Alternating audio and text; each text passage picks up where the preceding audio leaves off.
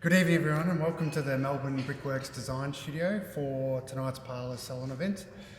I'd like to begin with acknowledging the traditional owners and custodians of the land on which we meet today, the Wurundjeri people of the Kulin Nation, and recognise their continuing connection to land, waters and culture. We pay our respects to their elders past, present and emerging. My name's Nick Thexton and along with Matt Howe we make up the business development team here in Victoria. Unfortunately, Matt had a pipe break in his backyard today. It's flooded and no plumber was available, so he's digging through all sorts of things at the moment. On behalf of myself, Matt and Michaela, we'd like to thank you all for attending tonight's event. Brickworks has been a proud partner of Parlour since 2019, and we look forward to many more Salon events in the studios around the country in the future. Now, please join me in giving a warm welcome to Justine Clark of Parlour to introduce our conversationalist tonight. Thank you. Hi everyone, it's very nice to see you all here, and we're a very intimate group tonight. So I'd also like to acknowledge the people of the Greater Kulin Nation, particularly given that we're in NAIDOC Week this week. So thanks for coming. As I said, we're delighted to be back here in person after a little hiccup. Thanks to our speakers and Brickworks for kind of accommodating endless changes of plans as we tried to navigate this ongoing pandemic. And I particularly want to thank Justine Brennan, who stepped in at the very last moment because her business partner Catherine is in quarantine, so unable to join us. So thank you very much, Justine. As you know, the salons are about bringing people together and about conversation, and they're possible because of the many people who come together to support them. Brickworks has been a fantastic partner, as Nick said, for some time now, and we were very pleased that they stayed with us last year when it was all a bit touch and go, and Brickworks really was very clearly we're there with us supporting our ongoing work, so we really appreciated that, and we're very happy to be back in the studios with them. And I also want to thank AWS, who many of you will know is a long-term partner of Parlour, who particularly have supported the salons since their inception and also make them possible. So the format, as you all probably know, is very casual. We simply invite two people to interview each other. So there's no chair, and it's as if they're in the pub, as I often say, which can be nerve-wracking, but also is lots of fun. And then it's really over to you. So a lot of the event tonight is about bringing people together and catching up. And as we are a small group, hopefully that will mean there's really a lovely opportunity for conversation amongst us all. So I'd like to introduce our speakers, Hari Pliambas and Justine Brennan. So Hari is now a director of Lyons, which is a very major achievement. Hari's been at Lyons for a very long time. How long have you been at Lyons? A very long time. I first met Hari in possibly 2012 maybe, when I went and did some work with Lyons, and I discovered there were all these extraordinary women within the practice who I really didn't know anything about, and now it's very great to see you as director in a much more kind of, hopefully a public role where people, yeah, I heard you a lot. I went, who's that woman? She's amazing. Anyway, congratulations, Hari, it's amazing. And Justine is also a director of a practice, director of pop architecture. She's an architect of about 10 years experience working across a wide range of sectors.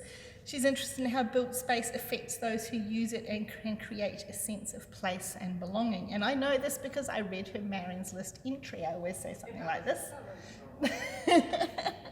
So I'd encourage everyone to do their Marion's List entries as well.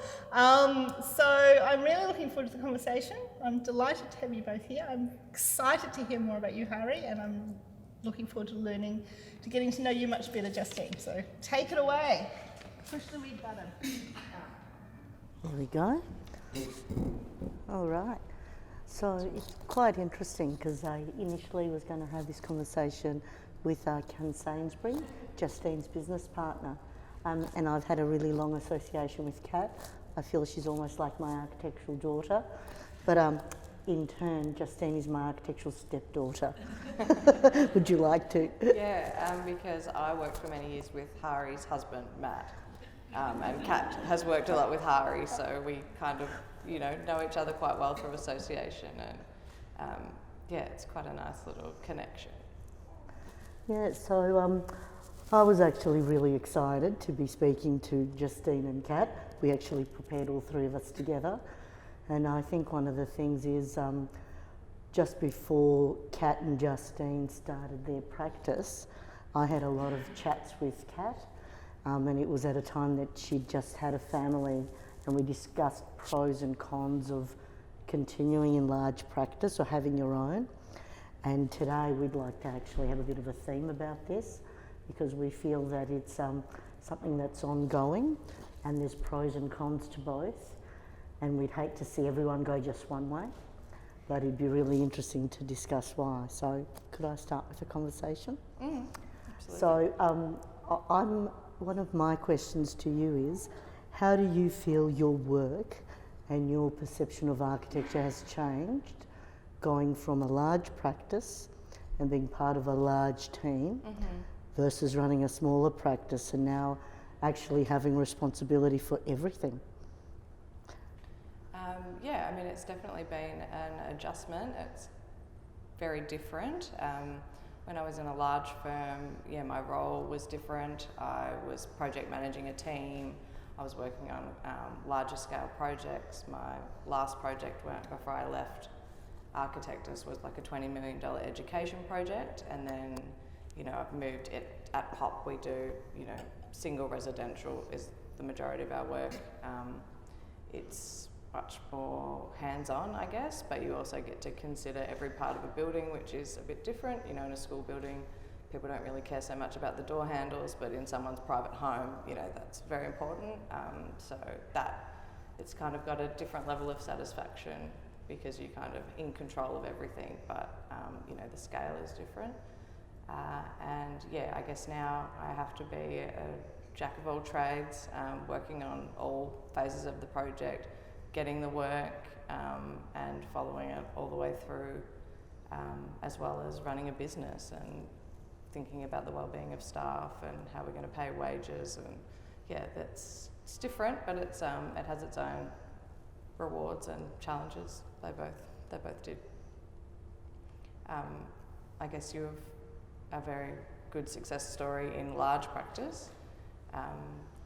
What do you think that's afforded you in terms of opportunity versus, or is there anything that you felt like you haven't been able to, express or in being in a Well, I think, there's always that difference when you are the founder of your own firm.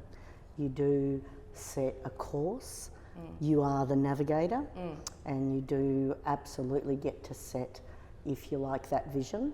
So you've had an opportunity that I think unless you're a founding director, you don't. And that's not to say you don't contribute and there isn't a whole lot to do and share, but I think it is different. So I guess that's the obvious thing I haven't been afforded. But for me, and we've spoken a lot about, that part, that fork in the road. And I think for me it was just like something really, really simple from when I was a student. And I wasn't as excited about residential architecture. I love it, and I really appreciate it, but I don't think I'd be good at it. And I really enjoy working in the public realm. I really enjoy having contact with a lot of people. And like today, I'm really fortunate. I've got a really great crew that I work with that are here, and that enthusiasm, it's always collaborative. So, just because I did something a particular way in my last project, there's always going to be someone who's new to the project going, why on earth should we repeat it? So there's this amazing learning opportunity, but from everyone. Because even someone who's just come out of uni, they'll be really great with software. They'll have access to something I've never even seen before. So I feel I never stop learning because I'm surrounded by people who push me, who never accept the fact that we're going to do something just because we did it before. In fact, that is often a really good reason why they'll make me not do it again. And thirdly, they just bring different sensibilities. So that's something I've really loved. Have you ever considered leaving a large firm and starting your own practice? Yeah,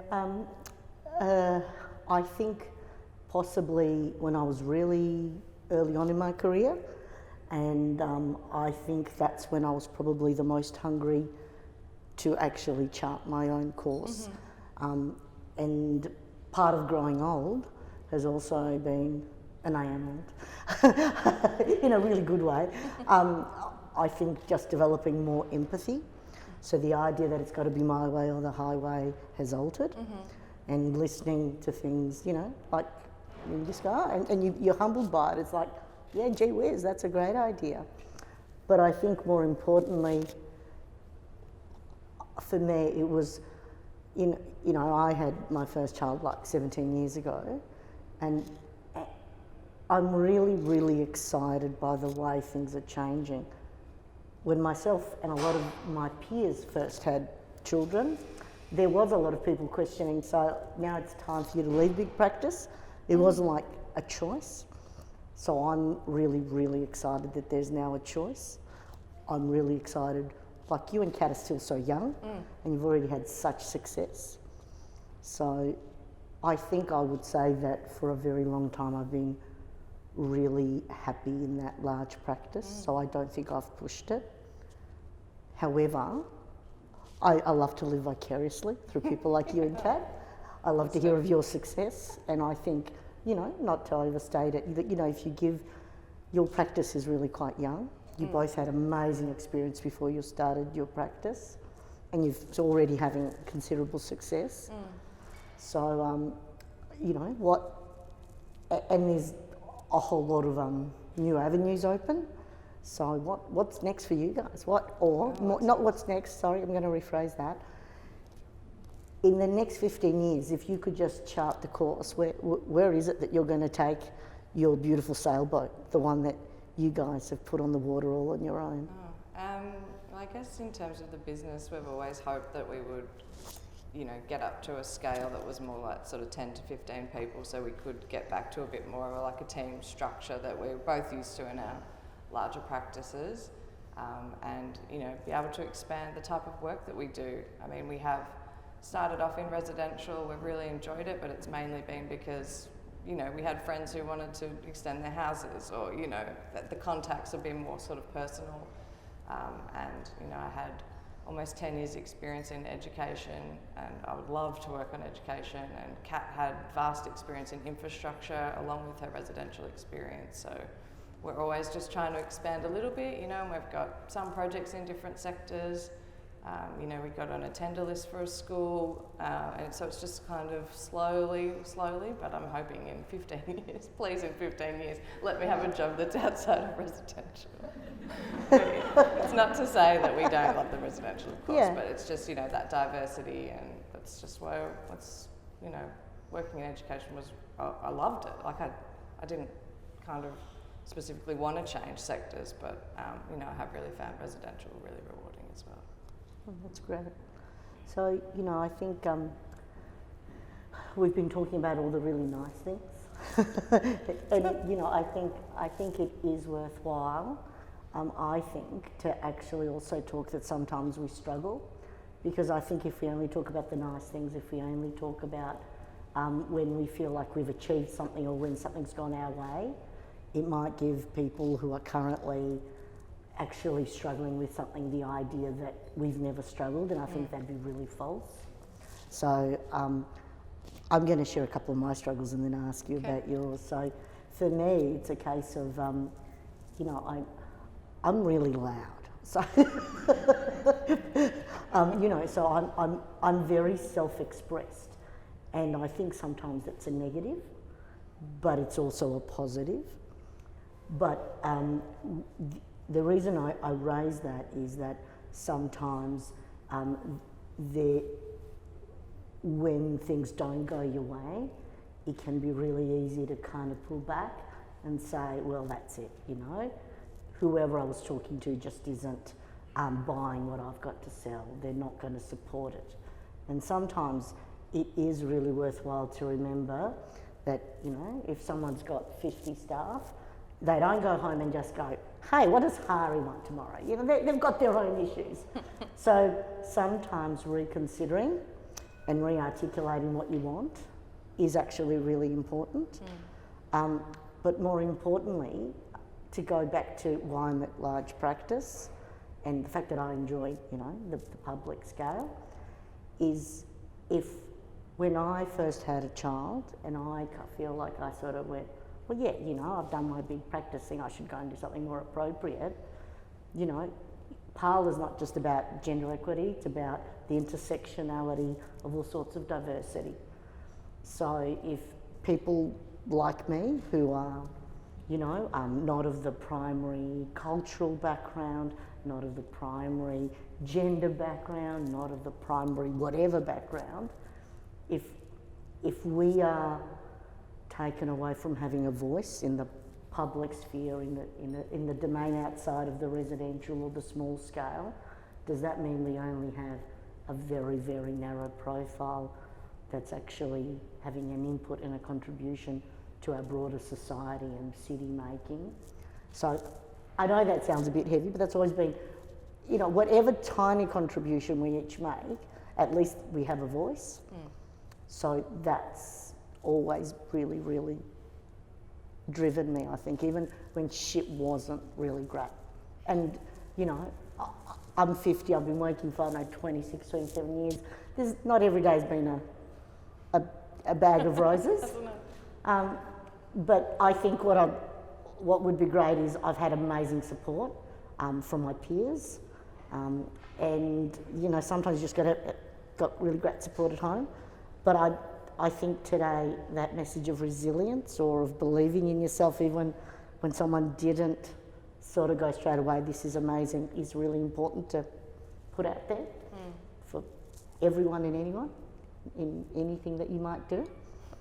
So that's something that, you know, like how I think I've, you know, definitely had challenges. So right now you and Kat are right at the snowstorm of a very young family and a young practice. What are those challenges and how do you support each other through it? The challenges are time, there's not enough of it.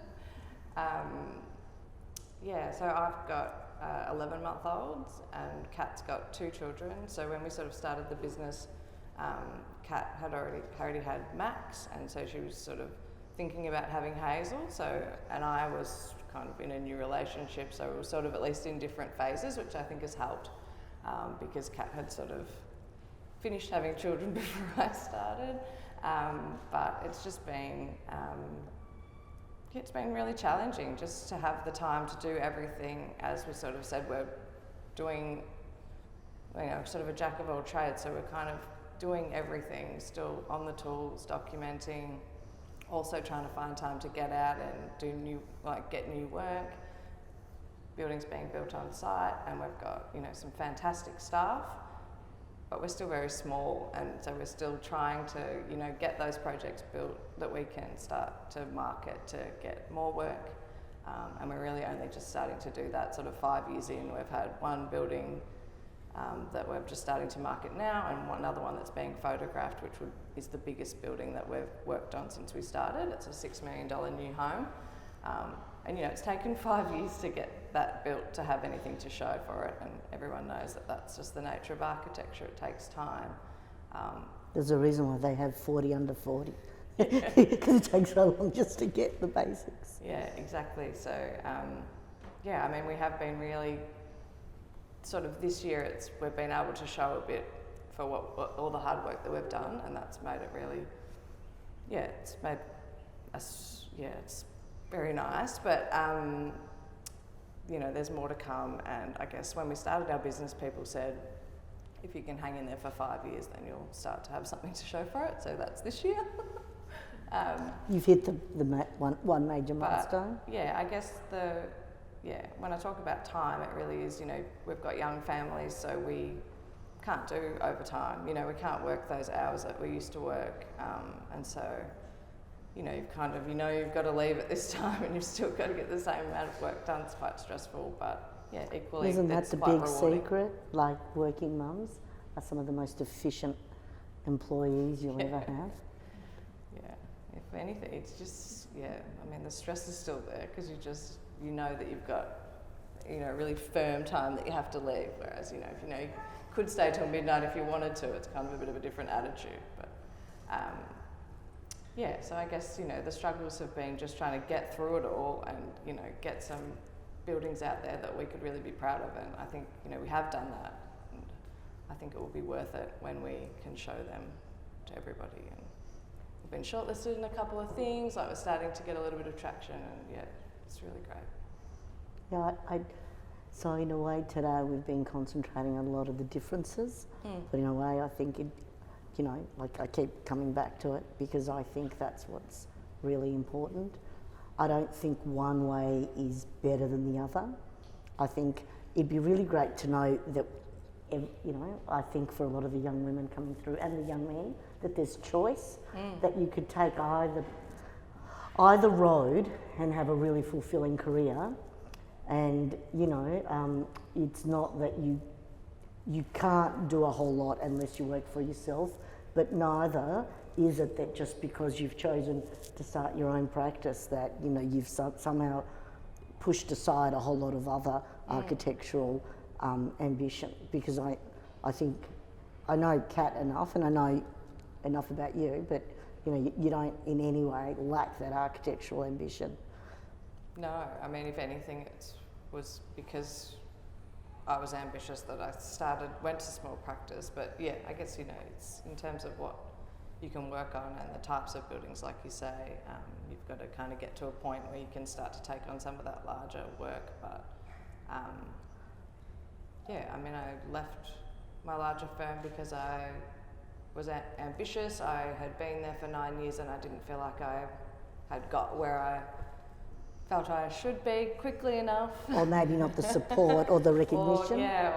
Because I guess when you think about a lot of people who go out and start their own business, they're often, the designers. They want to showcase their design, get out from under a leadership team and, show them what they're made of. But I don't see myself as a designer. I'm more, a delivery. I'm more like a, managing the project, delivering from start to finish.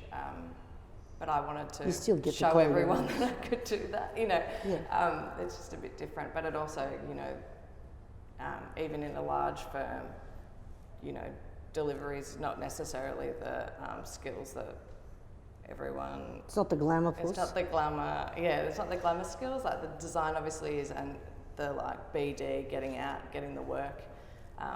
Gets most of the glory. But look, I think that's the irony. It's like,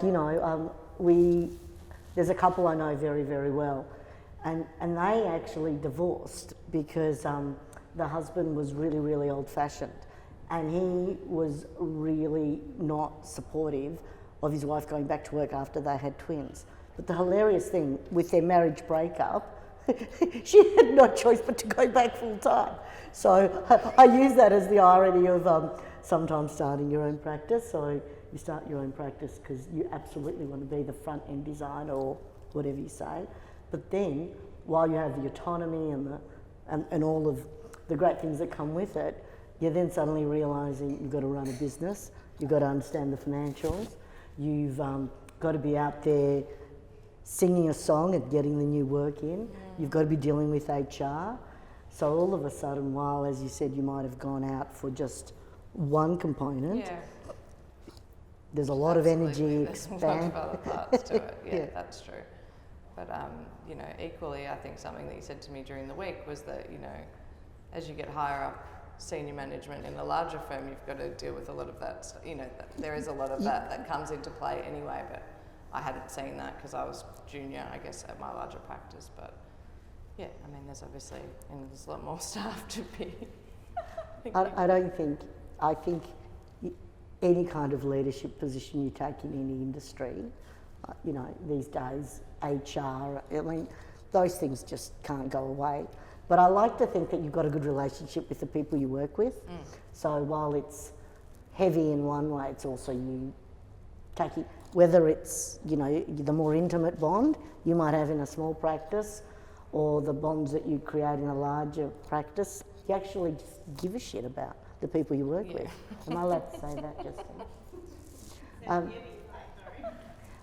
You know, it's like, while it's professional, and of course, you know, we all have our personal lives, I spend a lot of time at work. If you don't, and perhaps it's just, you know, my personality, if I don't connect with the people I work with, if I don't form those next relationships, I don't think I'd enjoy it as much. Oh, yeah. And I actually even feel that with the more extended group we work with, be it consultants or clients. Like, a good client is one that you might not, you know, go out drinking with them on Saturday, but you find a connection, you find points of intersection, and you do respect them as people as well. I can't do that totally cold. I've tried, it doesn't work for me. Yeah, no, I agree. I mean, that's part of the thing that I love about architecture, all the, you know, collaborators, and, you know, we're obviously small in the office, so our team, we collaborate with them, but it's more, you know, a lot about the consultants and contractors, and I love all those phases because they all, you know, contribute and change the design for the better, and, you know, yeah, I think you can still have the collaboration in the small firm. You can do it. You can. Another thing, we were talking and laughing at each other this morning. I can talk about, you know, like the work we do. I'm happy to talk about to any client, to any consultant, you know, talking. I don't find talking difficult. But this is like, you know, Justine just said, well, you're not on Marion's Parlour. I'm not on LinkedIn. The idea of putting something up about saying, and, you know, I find that somehow, I don't know, I don't have a Protestant background, but... You're not alone, Harry. Yeah, I'm positive I'm not, but it just isn't, I've never been drawn to it.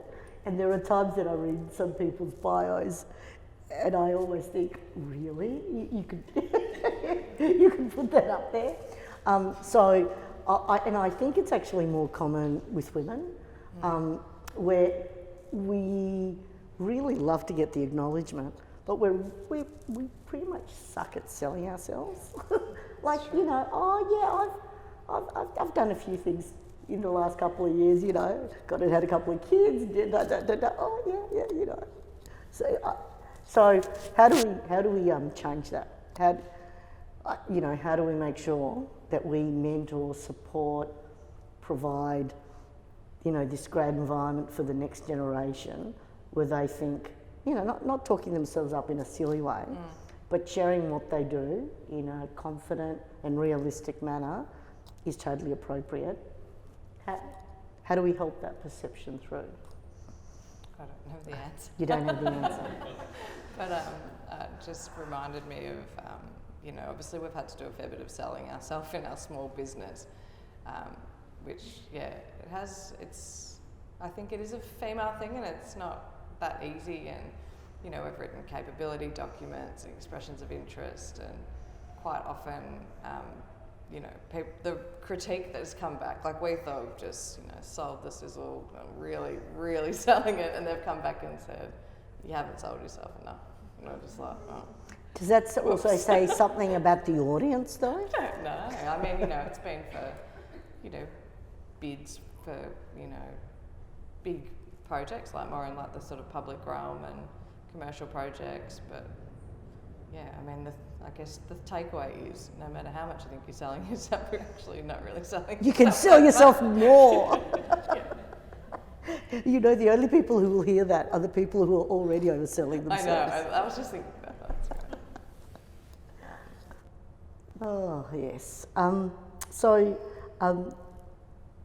Also, I think it's quite interesting how you and Kat were probably on exactly the same trajectory as I was. And then, you know, I hate you know, I don't believe it defines us, but it's just part of what we do, and it definitely is part of our life that influences our decision making.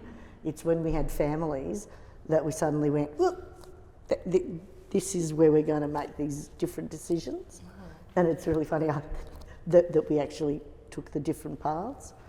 And I like to address that because I think,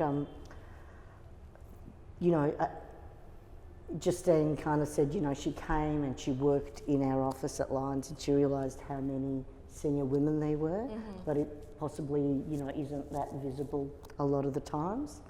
So, you know, there's this definite sense that if you, especially once you have a family, that, you know, there's only one way to maintain a presence. And for a lot of female architects, if your name's not on the door, you have no visibility. So I'm really keen to keep exploring that, especially now in my new role. You know, I'm really excited about making sure, you know, the really amazing young women we have in our office don't feel that once they've taken some additional steps in their lives, that there isn't a further trajectory in their professional life. To me, that'd be awful. I'm sort of hoping that as things move, and society has really moved, you know, we're talking about things, you know, Parlour's really helped. Making these conversations mainstream has really helped, because there's a lot of people out there who are really into listening and supporting, but maybe may not have been as aware. Making things mainstream means people kind of go, oh, that's something we want to take care of. But for me, this is really crucial. Choice, but it just feels like for a long time there hasn't been enough choice. It's felt like after you have taken on this additional role in your life, you exit stage left. So I'm really, really keen to keep thinking, and I know, you know, the practice where I work, you know, we've really totally reformed our parental leave, a whole lot of stuff, you know, this focus on maintaining this amazing, talented pool of young women as they go through the different phases of their life is huge. So I'm really keen, I think, really selfishly, to always hear how really talented women, not of all different skill sets, could have been supported or talked to still see a great future for themselves in a larger organisation. That it wasn't like, if you want to follow through with your ambition, there's only one possibility. That didn't really apply to me, I guess. Well, not in terms of becoming a parent, because it was sort of not really on my radar when I left my large practice. You preempted it, did you? Oh yeah, I really did. No, I wasn't even thinking about it at all. Yeah, so I guess that doesn't really apply in that sense, in terms of, I didn't leave because I thought I wouldn't be supported in that role, and I also didn't really have that many colleagues in that stage of their life, so I didn't really have much to compare it to. I could only really talk to what it's like having a child in a small practice, which I guess is a juggling act, but also, you know, you don't really lose that contact with the projects. It's your business. So when I had Rupert last year, I was sort of not working for 4 months, and then started to kind of ease back into it, but I was still kind of across where projects were at. And I mean, that if I was at a larger practice, I would have, you know, probably had a more traditional maternity leave with like kind of no contact with the business. But I guess the benefit of what I did do was that I didn't really feel like I'd missed anything at all, you know, like it was just keep on rolling. So there wasn't any of that, like you've, you know, missed a step in your career, or you've, you know, haven't honed your skills or anything like that, because it was literally just going on the whole time. But yeah, I guess that's obviously one of the things that you think about in a larger practice, if you're going to take 12 months or 2 years off, and how do you keep in contact with the industry and not lose your position in your career against your Yeah, and colleagues. it's really important because I think in cities like Melbourne, the percentage of young female architects that are actually employed in larger companies is pretty high. So we've got to make sure that they, you know, there's a voice and there's options, and I think it's something that I've just felt strongly about for a long time, and yeah, and it's just really great to be able to talk about it in both ways. It's really prosaic in a way. It's like something that's so obvious, you're like, yeah, whatever. But if it's still something that people talk about, if it's still something that people are challenged by, and whole decisions, you know, big decisions are being made based on these issues, then they're still really pertinent. They're just possibly a little bit pushed to the edge. I think that's a good place to end. We're all very approachable and we can go and approach each other. Because the thing I forgot to say, of course, is that the deal with coming to a parlour salon is you have to make an effort to meet someone you don't already know. So let's repair to the back of the room. Are we allowed to do that? Yes? Thank you very much again to Michaela and Nick. Thank you to AWS who are here in absentia. And thank you very much to Hari and Justine. And yes, you can push the button. You do already.